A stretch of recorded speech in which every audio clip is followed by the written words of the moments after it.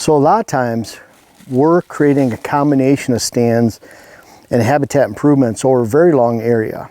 And you know, we happen to have 245 acres here, and that doesn't mean on a 40-acre parcel we might have 11 or 12 stands, 10 stands, 9 stands. Typically don't have 15, and we don't have 5, somewhere in between. That doesn't mean that we take that same number of stands per acre, say 12 for every 40 acres, and then we expand it times 5 or 6, and now we have 72 stands. It's not the way it works. Out here we probably have 22, 25 stands all together in blinds, but there's a combination of them, and so we really spread them out in there for different winds. And I wanted to talk a little bit about this setup right here and how you can apply that to your own land. It's all about access, of course, and coming into an area non-invasively and between bedding areas or food sources, and this happens to be between a lot of both. In fact, the stand is right up there in that oak tree. We just seeded in this entire field right here, which is really where we are exposed the most coming in through this corner of the woods.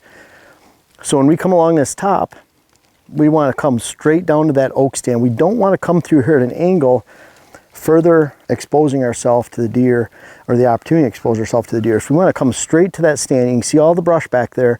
We're going to have a straight dead-end trail that dead ends right at the tree. We don't want our access trail to go past the tree because we don't want deer eventually smelling our access. We want them, if they walk down our access, they want to hit a wall of brush and debris, the tree stand. I want to make it so that those deer, if they get to that point, they have to back out. This isn't something a through way where they're just traveling through all the time and they can pick up our scent. So a dead-end access. I also call that perpendicular access. This is a line of movement right here. We're accessing this line of movement in a perpendicular manner. We're going right to this T of movement, and therefore we're not coming in an angle and exposing ourselves to this line of movement. Now this line of movement, we have a bedding point over here. We're actually enhancing the bedding. We're putting some switchgrass in the open area on top. It's surrounded by cedars and hardwood. So we'll cut a little bit of hardwood for regeneration. We're putting the screening up there of the switchgrass. We already have the cedars, and it makes it for a really diverse offering, a bedding location where they can bed on either side of the point depending on the wind. They can get out of the wind on one side, and they only have to go 30 yards and over on the other side, and they can bed there. They might bed up on the point if it's a warmer day. So we have good access to the stand location, perpendicular access, and we're between habitat improvements. What I mean by that, bedding area over there, and in the distance over here, we're going to add a new cornfield. The cornfield's nice because we can typically not expect for those deer to just hit a solitary cornfield till the middle to the end of November. We have a giant green plot that way about a quarter mile. So we have the corn, the green, and then we have a bedding area on the other side of the corn. So we can actually go to another stand over here, which we'll talk about that second stand and show you that. It's a pretty cool spot because not only do we have the cornfield there, we have the green plot about a quarter mile away, we have a bedding area we cut over there, we have bedding on this point, so this is a little bit elbow, but we have a very, very steep ravine over there, and really for 100 yards that way, 100 yards that way, that's the only crossing. So this crossing comes right up to this deer trail, goes right in front of us, and then if we follow the ravine on this side, which would just be parallel to our access, at the end of the ravine, there's really solid trails for deer going out into the ag fields. So we can come here in the morning, slip in here between the switchgrass, in the low brush, we're not walking against the fields, we can get into the stand location, and we can even have deer come from the ag fields, the cornfield, or they just simply are crossing the ditch and coming up here. So really good spot. I always talk about adding sweeteners or enhancements to a location. You're not bringing a water hole or a mock scrape in here and then expecting that to be the attraction. We already have solid trails coming through here. We're making our access better. We're accessing perpendicular. And I'll mention really quick too, we're using a hang-on on this oak, and we're gonna have the ladder on the direct opposite side of this oak, so that when we walk up that stand and we climb up there, our family traditions ladder, we're on the opposite side of the tree from the deer. That means if there's a deer in here, we could probably make it up or down that stand. Say something's bedded here and we want to get out of the stand at 11 o'clock. We had a great morning sit. We can get out without spooking that deer because it's not going to see us and we're not exposing ourselves to the animal as we're climbing. Now we use ladder stands, but we're very careful where we use them, because with a ladder stand here where we'd walk up a ladder, sit down, we'd be exposing our back when we're going up and down that stand. So we're gonna walk on the back side of this tree, we're gonna climb up, and then we'll have their stand, we're right-handed, so we're gonna have our stand facing this way.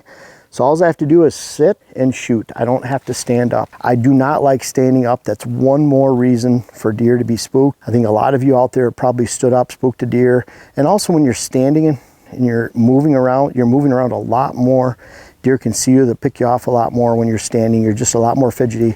I like to just get in a little tuck position and sit there. Sometimes I look at my phone, but it's right here. This is all the movement.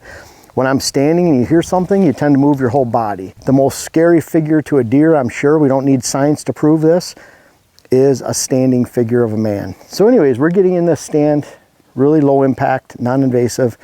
We have this all fit together with a ditch crossing, a parallel trail to the ditch. Because all this is great, now we're going to add a mock scrape and a water hole.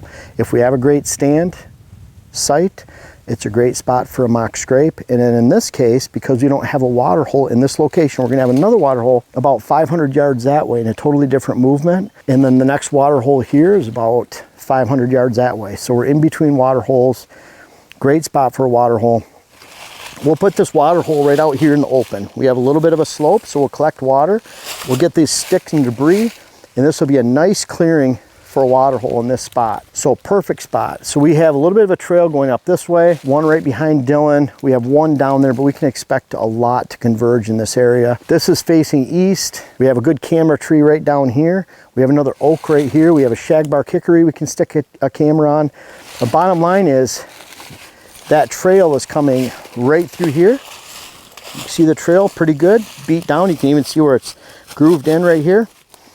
Really cool spot to put a line between the hickory and the oak and put it right over this trail. Be a perfect spot for a mock scrape. And it's about 26, 27 yards from that stand, which is really nice. I like that distance.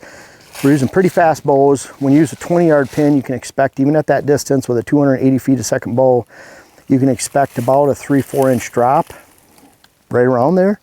And so we can account for a 4-inch drop shooting center lung. We get nervous.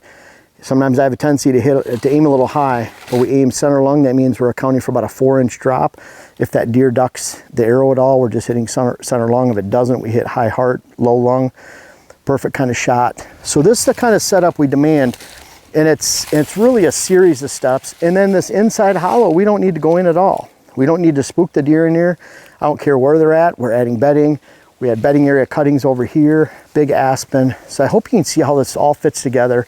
But it's not just the setup of the habitat features. It's how to get in and out of the stand, how to make sure you can get in and out without spooking deer. Obviously, for hunting on public land in a setting like this, can't add the water hole, likely can't add the mock scrape in your state, but we can still practice quality access, get up and down the tree the correct way. We're still watching these funnels. And so that part of the strategy, we're looking at, okay, there's bedding over here, there's food over here, you're getting in between. We can access the stand, hunt it morning or evening or all day. And you could bet with a water hole in this location, and especially the shade. We have a lot of young oak around here. We'll get a lot of shade. We'll get a lot of water preservation. We'll have a trail coming right in through here where we can back down and fill this very easily with the side-by-side. And let's go take a look at where we're gonna put that corn. I think you'll be surprised. It's pretty junky and messed up right now, a lot of briars, but we'll hit it with a brush hog. We'll start spraying, and by the end of June, we'll have that planted with a short day corn variety, which is what we've been planting out here, about an 85-day corn. We'll get a great stand of corn. That'll be great for late season. So this will be good for, a lot of times we're setting this up for bow, almost all the stands, but we can certainly use this with gun. We have some good shots around this location, but we'll go show you that other spot, show you where the cornfield's at. I hope this makes some sense. This can be one of our prime setups this year. Kind of a new spot we're hunting, good access, good switchgrass. We already have a switchgrass video on how we planted that up there, frost seeded it very easily. And a lot of times it's not a lot of work that it takes to get these installed. It's just a lot of planning, doing it right, and making sure you're not spooking deer. So let's go check out the other stand location right now. And this will be the cornfield right here. We have a little drainage behind us. We might add it through there, but we'll put the cornfield all the way before it drops off. We'll leave a buffer there so it doesn't wash out, and then we'll bring the brush hog in here, the chainsaw. We'll get this cleared up in the next couple weeks, and we'll turn this into a cornfield. Jim, that lives on the property, he's like camps on the property, I guess. He lives right up here. He's actually right there. we're gonna go up there by Jim's camper, and we'll put about a 30-foot bank of switchgrass in front of his camper. We'll outline this in switch all the way around, and that's what we'll use as a buffer down by the aspen. You can see that line right down there. We'll take that brush out to the trees. Let's be able to slant it in here. And then the cornfield ends right here. It's interesting, this is my one red osier dogwood I have on the whole property. I don't know of any more. You can see where it's browsed. All the tips in here have been browsed, and it seems almost sacrilegious to cut it down or get rid of it, and so we probably won't. We'll have this capped off in switchgrass. Now, just for a visual, that crossing in the drainage we talk about from the first stand location, that crossing in the ditch is right down here. So this goes down to the ditch, the crossing's on the other side, and so they come up and work this edge right here. Now, we don't want a stand location here because we want to blow our scent back uphill. It's very dependable. We have open free area. You can see it's a long ways over there to the background across the ravine before it hits the higher ground.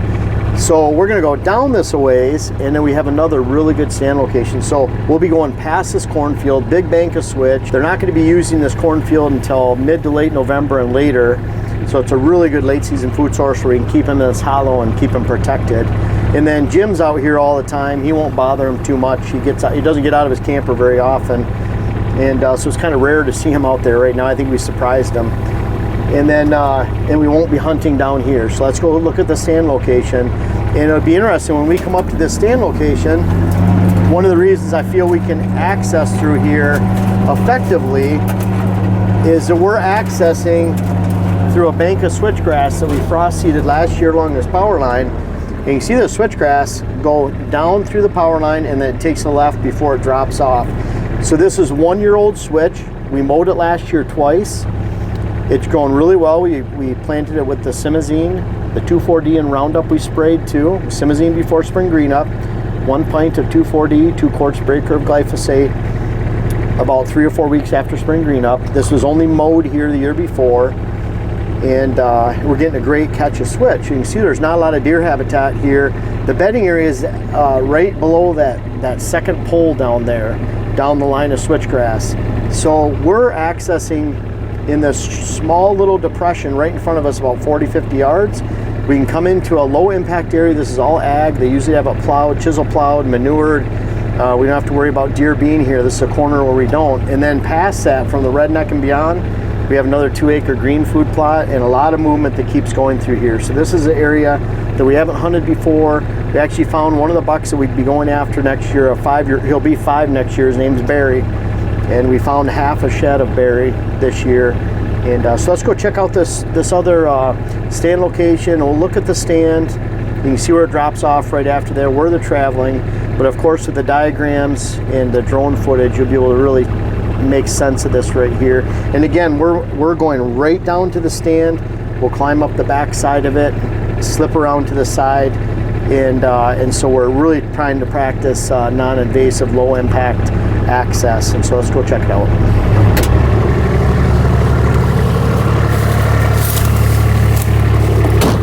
Pretty good for 1 year.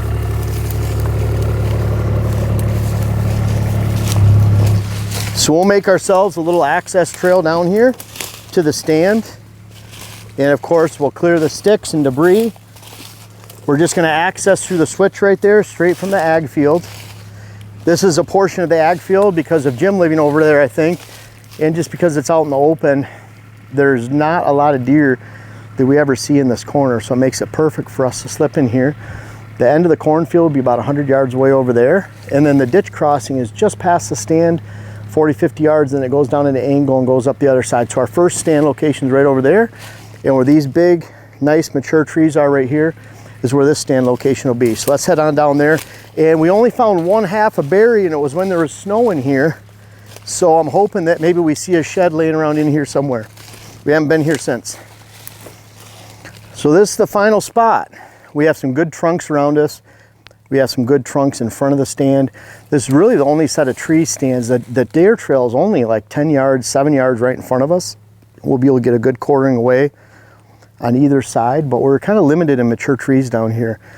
It's very good basswood. It'll be here for a long time.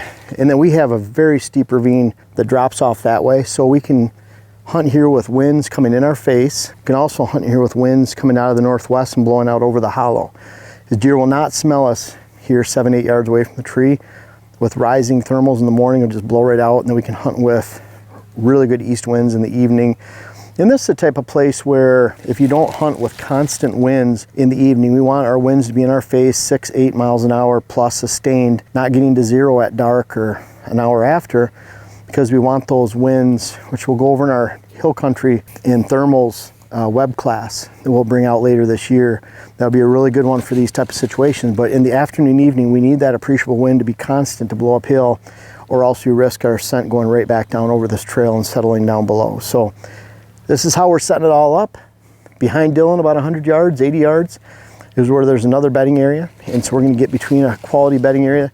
And that's why it's important to have areas where you count on deer not to say they won't bed in here, but at the same time, we wanna make sure that we have designated bedding there with high regeneration cover, designated bedding area on that point. There's bedding area around the corner up the draw, the cornfield, crossing right there, water over there. Water now about 300 yards over that way, 200 yards, somewhere around there. So right in between all this mix, 2-acre green food plot that way, and we're right on this edge. And it seems like it's easy to put all these pieces together. This is a stand we're adding now for our 3rd season. And I hope it makes a lot of sense for you and how we put this together. And again, we're gonna access right down behind this tree. I'm gonna have that ladder on this back side. And then I'm going to step around at about a 90-degree angle. So I'll be sitting right about here so that I can actually shoot the deer. If they walk past and surprise me, I can shoot them right there, quartering away. Or I can easily swing and shoot all the way around there in a seated position. If I have to stand and shoot uphill, that's fine. I can stand and shoot uphill, but we expect the movement right here. And part of that is there's a ditch crossing right behind Dylan. I'm forgetting some of these points, but there's a ditch crossing right over here. It's the only real ditch crossing other than up at the top of the edge of the field, which we know the deer don't move that very often. They're down in this lower ledge. So can't wait to bring this to you this fall, and we're gonna have a lot of fun hunting here. And you know, we'll see. I think between both these stands, we'll have a really good chance, realistic chance at a mature buck this fall. And I hope these setups make sense to you, and you can carry it home to your own property and have a great hunt in 2022 and beyond. Yes. Wait, is that Barry? That is Barry. No way. That's the other portion of Barry. You're kidding me. I'm not. It's he had that. Look at that. That's his other side. Beautiful. We found his other one just 20 feet away. No way, man. What are the odds? Wow. Really happy to find that one. Dude. Sick. That is sweet. Look at that. He's gonna be a good one. One of our 4-year-olds from last year. Now he's 5. We had pictures of him late in January too, but man, feel really fortunate to find them. Folks, I want to make sure you check out my web class video series, whether it's how to design your food plot program or how to design your property in general. And we have a new one coming out that'll be how to hunt the rut. But these bucks back here are a testament. Some of these bucks go back to 93. They're even in different states. I urge you to check out those web classes so that you can help yourself, help your land, help your hunt. The link is in the description. And also for those that have tried them out, I encourage you to offer some feedback in the comments below. Thank you.